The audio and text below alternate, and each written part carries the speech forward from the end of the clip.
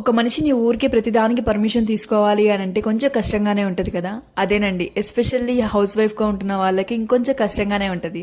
10 మందితో వెళ్ళి ఒక చీర కొనుక్కునేటప్పుడైనా, ఒక జాకెట్ కుట్టించుకునేటప్పుడైనా, ఇన్ కేస్ ఏదైనా నచ్చిన వస్తువు కొనుక్కునేటప్పుడైనా సరే ఇంట్లో వాళ్ళని పర్మిషన్ అడగాలి, లేకపోతే డబ్బులు అడగాలి అనమాట.